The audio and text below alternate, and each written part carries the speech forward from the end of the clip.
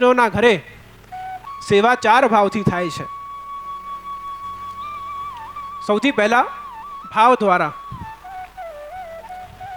બહુ જ ભાવ છે આપણો પ્રભુની સેવા કરવી છે અને ઠાકોરજીની સેવા આપણે કરીએ છીએ. તો પહેલું ભાવ દ્વારા છે. બીજું છે અનુકૂળતા દ્વારા. જેવી આપણી અનુકૂળતા છે, સવારે ઉઠીને તરત અપરસમાં સ્નાન કરી ઠાકોરજીની સેવા કરવી, કે સવારે ઉઠીને પહેલાં રસોઈ કરીને પછી પાછા સ્નાન આદિ કરી પછી ઠાકોરજીની સેવા કરવી. જેવી અનુકૂળતા છે એ અનુકૂળતાના હિસાબથી આપણે ઠાકોરજીની સેવા કરીએ છીએ. ત્રીજી છે સામર્થ્ય દ્વારા. આપણું કેટલું સામર્થ્ય છે, શું સામર્થ્ય છે, અને એ સામર્થ્ય દ્વારા ઠાકોરજીની સેવા કરવી. ઘણીવાર ઈચ્છા હોય કે ઠાકોરજી પુષ્ટ કરાવવા છે, હજી ખેલના ઠાકોરજી બિરાજે છે, પણ સામર્થ્ય જ નથી. જ્યારે સામર્થ્ય હશે, જ્યારે સમય આવશે, ત્યારે જ એ સંભવ થઈ શકશે. ત્રીજું છે સામર્થ્ય દ્વારા, અને ચોથું છે અધિકાર દ્વારા. તો જ્યારે જીવનો જેવો અધિકાર હોય એ અધિકાર દ્વારા એને એ સેવા પ્રાપ્ત થાય છે. જેવી ગુરુની આજ્ઞા એ પ્રકારથી જીવ સેવા કરે.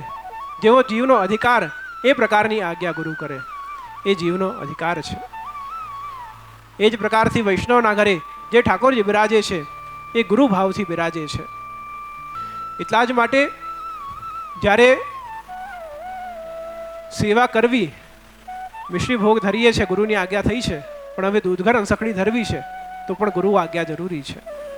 તો નાની નાની સેવામાં પણ જ્યારે આપણે ગુરુ આજ્ઞા લઈ અને સેવા કરવી, કારણ કે ગુરુના માથે ઠાકોરજી પધરાવ્યા છે, ગુરુ પાસેથી સેવા કરાવ્યા છે અને આપણા માથે ઠાકોરજી પધાર્યા છે. ગુરુ આજ્ઞા જરૂરી છે. જ્યારે બ્રહ્મ સંબંધ લેવા જતા ત્યારે જીવ વલ્લભથી પૂછતા કે અબ મેરી કહા આજ્ञा है. મહાપ્રભુજીએ કહ્યું કે જાઓ સ્નાન કરી કે આવો, મેં તુમકો આત્મનિવેદન કરાવું. સ્નાન કરીને આવ્યા, આત્મનિવેદન કરાવ્યું અને જીવ પૂછતું કે અબ મેરી કહા આજ્ञा है. અને આચાર્યચરણ જે ઉપદેશ આપતા એ અનુસાર પછી વૈષ્ણવ એ જીવ આચરણ કરતું. આજનો સમય એવું છે કે ઘણીવાર કોઈ બ્રહ્મ સંબંધ લેવા આવે ત્યારે પહેલાં જ કહી દે કે હું તો આ સેવા કરવાનો છું. પહેલાં ગુરુ આજ્ઞા કરતા એ પ્રકારથી જીવની પાત્રતા જોઈને અને પછી ગુરુ આજ્ઞા કરતા કે તું આ પ્રકારથી સેવા કરજે. આજે ઘણીવાર શું થાય છે કે જ્યારે કોઈ જીવ બ્રહ્મ સંબંધ લેવા આવે એ સામેથી જ કહી દે હું આટલું આટલું કરવાનો છું, હું આટલું આટલું કરી શકું છું. જેમ ગુરુ આજ્ઞા કરે અને એ પ્રકારથી જ્યારે જીવ સેવા કરે છે ત્યારે ધીરે ધીરે કરી દરેક વસ્તુ એના નિત્ય નિયમમાં, સેવાક્રમમાં પછી આગળ વધી શકે છે, વૃદ્ધિ થઈ શકે છે. એ જ પ્રકારથી જ્યારે પ્રભુ સેવા કરીએ છીએ ત્યારે ઘણીવાર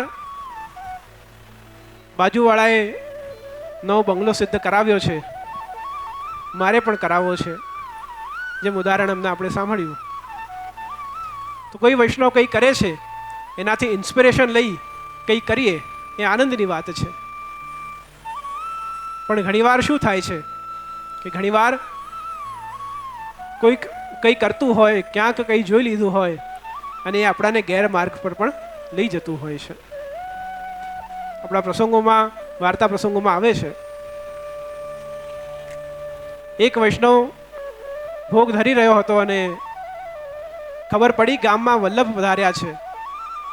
મહાપ્રભુજી પ્રત્યે બહુ આસક્તિ અને ભોગ ધરી રહ્યો હતો અને ઉતાવળમાં જેમ સમાચાર મળ્યા વલ્લભ પધાર્યા છે, ઉતાવળમાં ભોગના ડબરામાં ચમ્મચ પધરાવીની જગ્યાએ એને દાંતણ પધરાવી દીધું અને દાંતણ પધરાવી અને ટેરો લઈ અને મહાપ્રભુજીના દર્શન કરવા ગયો. દર્શન કરીને જ્યારે પાછો આવ્યો ત્યારે એના સાથે બીજા 2-3 વૈષ્ણવ આવ્યા કે ઘરે ભોગ સરવાના છે, તું પણ સાથે આવી જજે, દર્શન થઈ જશે. જેમ ટેરો ખોલ્યો, ભોગ સરાવ્યા, એમ બીજા વૈષ્ણવે જોયું કે ભોગમાં તો દાંતણ પધરાવ્યા છે.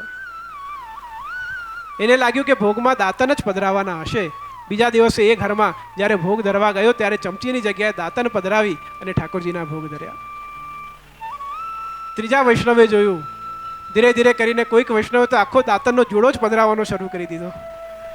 તો દેખાદેખી કી સેવા, કોઈ આવું કરે છે એટલે હું પણ આવું કરી લઈશ એમ નહીં. પહેલા સિદ્ધાંતને જાણો, સિદ્ધાંત શું છે, પહેલા માર્ગને જાણો, રીતને જાણો કે આ થઈ શકે કે નહીં થઈ શકે.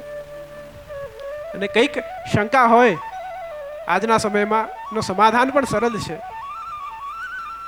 ગ્રંથો ઉપલબ્ધ છે, વલ્લભકુલ બાળકો બિરાજે છે, તરત શંકાનો સમાધાન થઈ શકે છે.